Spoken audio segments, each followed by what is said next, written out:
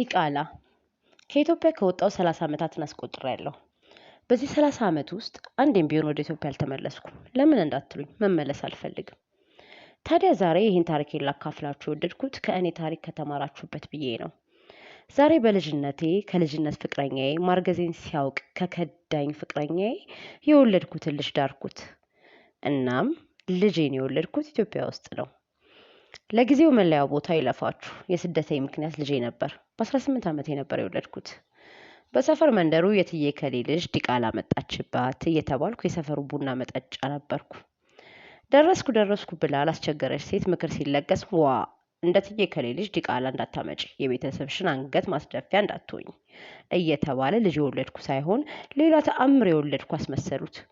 በወቅቱ የነበረው የምስኪኗ እናቴ ሰቀቀን፣ የኔ ጭንቀት፣ የባዶነት ስሜት ከባድ ነበር።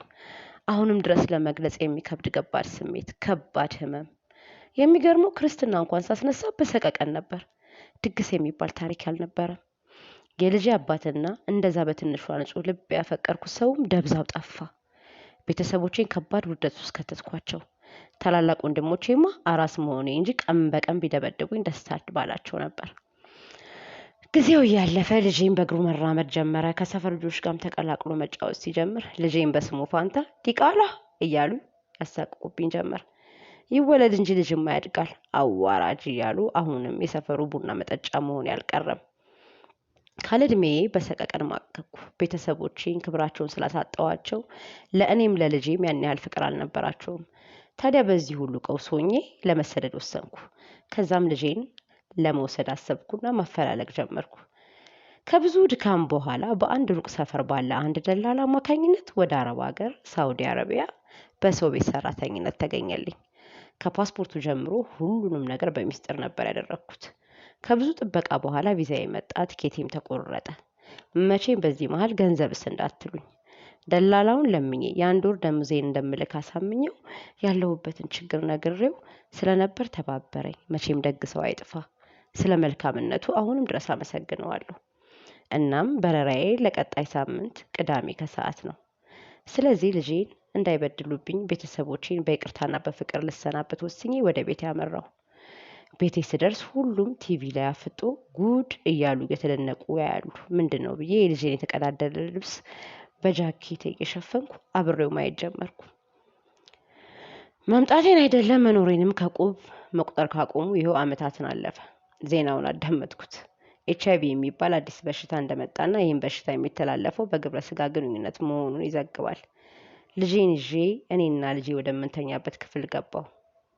እናም ከልጄ ጋር ማውራት ጀመርኩ። ልጄ፣ የኔ ውድ ልጅ፣ ለትንሽ ጊዜ ብቻ ጸባይን አሳምረ ጠብቀኝ። ውጭ ሀገር ሰርቼ ቆንጆ ልብሶችንና መጫወቾችን እልክልሃለሁ አልኩት። አቅፌው አለቀስኩ። እሱ ንጹህ ነው፣ ንጹህ ሕፃን ነው። ማህበረሰቡም ሆነ ቤተሰቡ እሱንና እኔን የእርግማን ያህል እንደሚጸየፉን አያውቅም። እራቱን አብልቼ ካስተኛሁት በኋላ አባቴና እናቴ፣ ሁለት ታላላቅ ወንድሞቼ፣ ቀበጧ ትንሿ እህቴ ወዳሉበት ክፍል ሄጄ ድምፄን ዝቅ አድርጌ ላወራችሁ ነበር አልኩ። ሁሉም በአንድ ንቀት በቀላቀለው ድምፅ ምንድን ነው አሉ።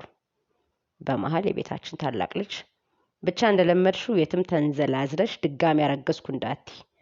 ከእናቴ በቀር ሁሉም ሳቁ። እናቴ በቁጣ ዝም በሉ እስቲ፣ አሁን እንኳን እስኪ እናዳምጣት አለች። እኔም ቤተሰቦቼ ስለ ሁሉም ነገር ይቅር በሉኝ፣ ቅዳሜ ለስራ ወደ ሳውዲ ልሄድ ነው። እናቴ ላይ ሸክም ከመሆን ሰርቼ እንኳን የኔንም የልጄንም ህይወት ልቀይር ብዬ ነው ስል አሁንም ትልቁ ወንድሜ ልጅሽስ አለኝ። እምባዬ ከየት መጣ ሳልለው በቆምኩበት ከፊቴ ወደ መሬቱ መንጠባጠብ ጀመረ። እናቴ አሁንስ በዛ፣ እህታችሁ እኮ ናት፣ እኔ አሳድገዋለሁ፣ ብቻ አንቺ ይቅናሽ ልጄ። ግን መቼ ጀምረሽው ነው ያለቀው አለች። እኔም ቆይቷል፣ ሲያልቅ ልናገር ብዬ ነው አልኩ። ብቻ የአዲሱ በሽታ ጉዳይ ሰፈሩን አዲስ የቡና መጠጫ አጀንዳ ሰጥቶታል። ታዲያ ይህ ለእኔ እፎይታ ነበር። አሁን ልሄድ አንድ ቀን ብቻ ቀረኝ። ያንን መንደር፣ ይህን ክፉ ማህበረሰብ ለአንዴና ለመጨረሻ ልሰናበተው። ይገርማል። በአዲሱ በሽታ ምክንያት ዲቃላ በስንት ጣዕሙ ልጅ ቢወለድ ያድጋል፣ በሽታ ብቻ ይዛ አትምጣ መባል ጀመረ። ይመስገን ለፈጣሪ በመጨረሻ ቀን ይሄን ያሰማኝ። ይገርማል። የፈጣሪ ፍጡር የሰው ልጅ የሚያክል ዲቃላ እያሉ ሰላም ሲነሱን ፈረንጅ በፈጠረው በሽታ ምክንያት ለዲቃላ ክብር ሰጡ። አንዳንዴ የሀገሬ ማህበረሰብን ሳስበው በገዛ እጁ ጦስ ጠሪ ይመስለኛል። ከቤተሰቦቼ ውጪ አንድ ሰው ሳልሰናበት ደላላውን አመስግኜ ከሀገር ወጣሁ። ሳውዲ ጥሩ ሰዎች ገጠሙኝ። 1 ዓመት እንደሰራው ፊንላንድ ለእረፍት ሲሄዱ እኔንም ይዘውኝ ሄዱ። ፊንላንድ ስንደርስ ካሰሬ አንድ ያልጠበቅኩት ነገር መጣ። ታሪኬን አጫውቻት ስለነበረ ነው መሰለኝ ከዚህ በኋላ ብላ ጀመረች። ከዚህ በኋላ ምን አልኳት ማዳሜን። የኔ ባሪያ አይደለሽም፣ ይሄ ጥሩ ሀገር ነው፣ እዚህ ሰርተሽ ልጅሽን አምጥተሽ በሰላም ኑሪ ብላ ፓስፖርቴንና የተወሰኑ የዶላር ኖቶችን ሰጥታኝ መርቃ ሂጂ አለችኝ። እሺ ብዬ በተዘበራረቀ ደስታ ይሉት ሀዘን በወረሰው ስሜት ዝም ብዬ መጓዝ ጀመርኩ። አንድ አግዳሚ ወንበር ሳገኝ ተቀመጥኩ። ግራ ገባኝ። ብቻ ዝም ብዬ የፈጠረኝን አምላክ የሚያደርገውን መጠባበቅ ጀመርኩ። ከ2 ሰዓታት በኋላ አንድ ነጭ መጥቶ አጠገቤ ተቀመጠ። ለሀገሩ አዲስ ትመስያለሽ አለኝ በተሰባበረ እንግሊዘኛ። አዎ ብዬ መለስኩለት። ፓስፖርትሽን ስጪኝ ብሎ እያየው እንዴት እንደሆነ ጠየቀኝ። በቻልኩት አቅም የሆነውን ሁሉ በተሰባበረ እንግሊዘኛ አስረዳሁት። ሚስቴና ልጄን ባልታሰበ አደጋ ካጣኋቸው 2 ሳምንት ሆኖኛል። ፍቃደኛ ከሆንሽ ለጊዜ እኔ ቤት ለማስጠጋሽና የሚሆነውን እኒ ብሎ ወደ ቤቱ ወሰደኝ። ፈራሁ። ከዚህ በኋላ ግን የሚሆነው ነገር ሁሉ ካለፍኩት አይበልጥም። ተከተልኩት፣ የጨነቃትን ነፍሴን አንጠልጥዬ።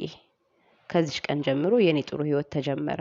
ሰውየው ካሰብኩት በላይ ደግና ባለጸጋ ነበር። በሱ ምክንያት ካለ አንዳች ችግር ስራ ጀመርኩ። ከተወሰነ አመታትም በኋላ የሀገሩን ዜግነት ያዝኩ። በዚህ ሁሉ መሃል ከሀገሬ ከወጣሁበት ቀን ጀምሮ በወር ለልጄና ለእናቴ ብር ልካለሁ ያለማቋረጥ። እንደዛ ጠልተውኝ የነበሩት ወንድሞቼና እህቴ በስልክ አቆላምጠው ሲያወሩኝ ልቤ ክፉኛ ይደማል። የሰፈር ሰው ሳይቀር ካላወራናት እያሉ ሲያስቸግሩ በተቋረጠ ስም ስልኩን ዘጋዋለሁ። አሁንማ ነጮች ሀገር ነኝ፣ ሁሉም ይወደኛል። ብቻ ከተወሰነ ወራት በኋላ ተሳክቶልኝ ልጄን አመጣሁት። አሁን ነፍሴ አረፈች። ልጄ አድጓል፣ ደስ አለኝ። እንደኔ ልቡን ሳያቆሽሹት ቶሎ በልጅነቱ ስላመጣሁት ደስ አለኝ።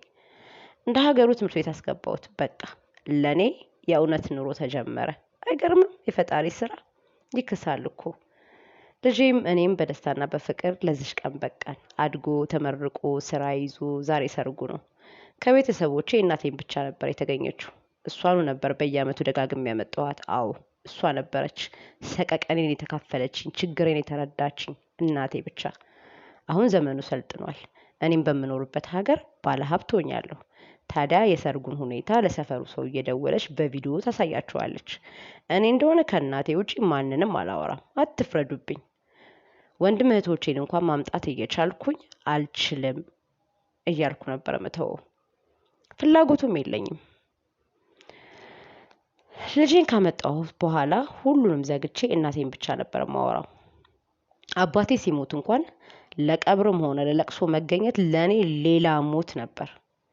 እሱ የክብሩ ሰው ነበር፣ ነፍሱን ይማረው። ዛሬ ሁሉም አልፎ እኔ ማያትነትን በፍቅርና በጉጉት እየጠበቅኩ ነው። የልጄን ልጅ ልስመው፣ ላቅፎ ላሞላቅቀው። ይገርማል። አለፈ። ፈጣሪ ሁሉን ይችላል፣ ይቀጥላል ካልታተመው።